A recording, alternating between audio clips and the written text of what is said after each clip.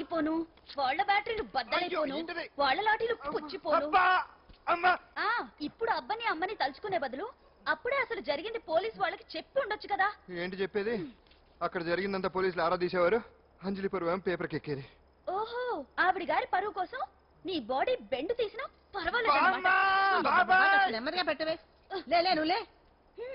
నువ్వే పెట్టు. అందుకే అంటాను పాండు, వారం రోజులు వరాచకనారా వజ్రాచనం వేసావనుకో ఒళ్ళు వజ్రంలో తయారవుతుంది. అప్పుడు ఎన్ని దెబ్బలు తగినా సరే నొప్పుండే తెలుసా? ఎంత కట్టుకోట నువ్వే కదా వజ్రాసనం వేస్తే దెబ్బలు తగలవని చెప్పు. నేరపోయాను నన్ను. ఇల్లు ఆసనం వేసుకో.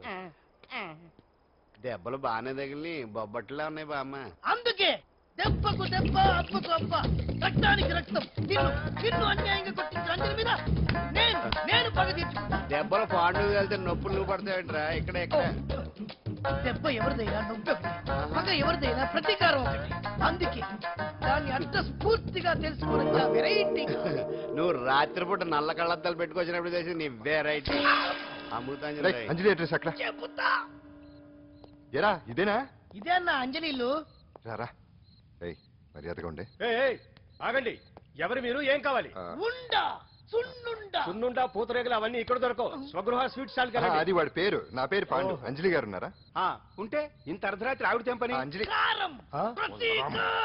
అది మమకారం. రేపు ఆవిడ పుట్టినరోజు కదా, శుభాకాంక్షలు చెప్దాం. మనం ఆవిడకి వేరే ఫ్యాన్స్.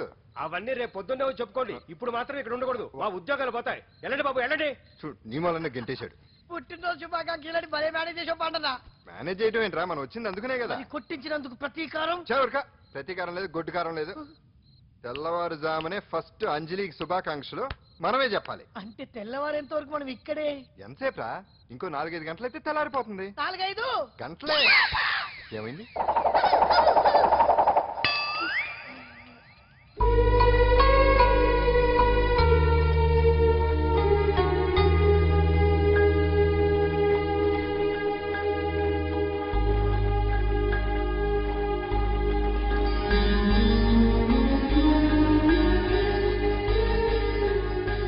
పంతులు గారు, ఏంటి విశేషం? దసరా శరన్నవరాత్రి ఉత్సవాలు జరుగుతున్నాయి కదా, ఈ రోజు 6వ రోజు, అంటే అమ్మవారి పుట్టినరోజు అన్నమాట.